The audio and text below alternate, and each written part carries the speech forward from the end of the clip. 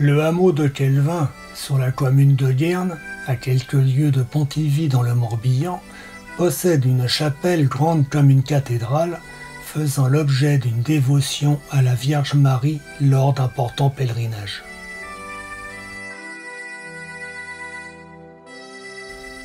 L'existence d'une précédente chapelle est attestée au même endroit en 1401 dans le testament de Jeanne de Navarre, épouse de Jean Ier, vicomte de Rohan. Elle est entièrement reconstruite vers 1476 suite à la promulgation d'une bulle papale dans laquelle il accorde des indulgences aux pèlerins venant à Kelvin le 25 mars pour l'Annonciation et le 15 août pour l'Assomption. Afin de pouvoir contenir les milliers de pèlerins venus bénéficier de l'indulgence papale, le vicomte de Rohan et ses puissants vassaux décident d'édifier une grande chapelle qui donne l'impression d'une basilique implantée en pleine campagne de par ses dimensions et son faste. 70 mètres de long sur 28 mètres de large. Le clocher du XVe siècle, haut de 84 mètres, s'écroule en février 1837. L'accident est dû à un défaut de construction que la pose de 2 énormes cloches en 1835 n'a fait qu'accentuer. Il est reconstruit en s'inspirant d'un dessin de l'ancien clocher. Malgré les financements du roi Louis-Philippe et du président de la République Louis-Napoléon Bonaparte, le chantier s'étale de 1841 à 1865 en raison du manque d'argent, du non-respect du plan et de contentieux avec les artisans.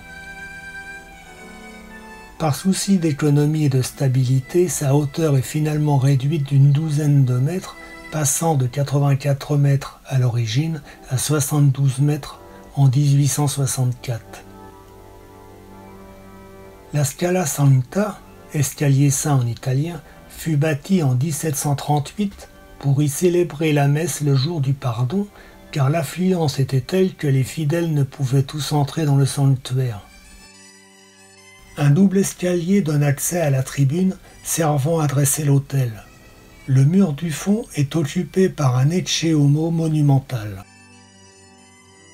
Avant la Révolution, durant 3 jours, plus de 30 000 fidèles venus de toute la Bretagne se rendaient chaque année au Grand Pardon pour se laver de leurs péchés. Mais celui-ci connaît une certaine désaffection depuis le début du XXIe siècle, n'atteignant plus qu'1 millier de visiteurs. La chapelle présente un plan en croix latine, avec un transept débordant et un chœur terminé par une abside à 3 pans. La nef ne possède pas moins de 4 autels qui, ajoutés aux 3 autels du chœur et du transept, témoignent de la richesse et de la fréquentation du sanctuaire.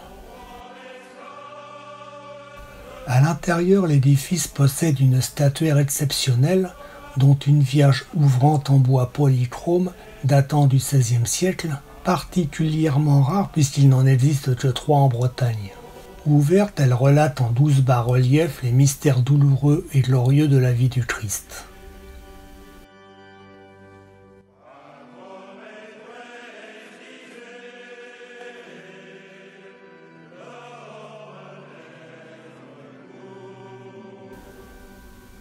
L'orgue de tribune fait partie des 15 orgues baroques de Bretagne, datées de 1709. Un ex-voto du XVIIIe siècle, sous forme d'une maquette de vaisseau, évoque le miracle de Riantec, hommage à la Vierge pour avoir sauvé du naufrage les 400 membres d'équipage.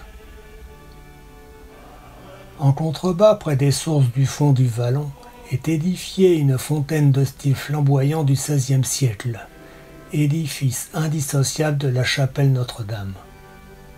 Elle est enfermée dans une enceinte en pierre de taille, surmontant un bassin large et profond alimenté par 3 sources. Face à la fontaine, contre le mur ouest, un bassin rectangulaire servait de lavoir et une série de 3 colonnes en granit soutenait un toit à 2 versants. Cette disposition remarquable est représentée sur un dessin inédit de Félix Benoît en 1860, conservé au musée départemental breton de Quimper. À cet endroit s'installait un coiffeur-barbier les jours de pardon. Les pèlerins s'installaient sur les bancs de pierre du pourtour pour se faire raser. La chapelle Notre-Dame de Kelvin est l'une des plus spectaculaires chapelles des environs de Pontivy et un trésor d'architecture au cœur de la campagne bretonne.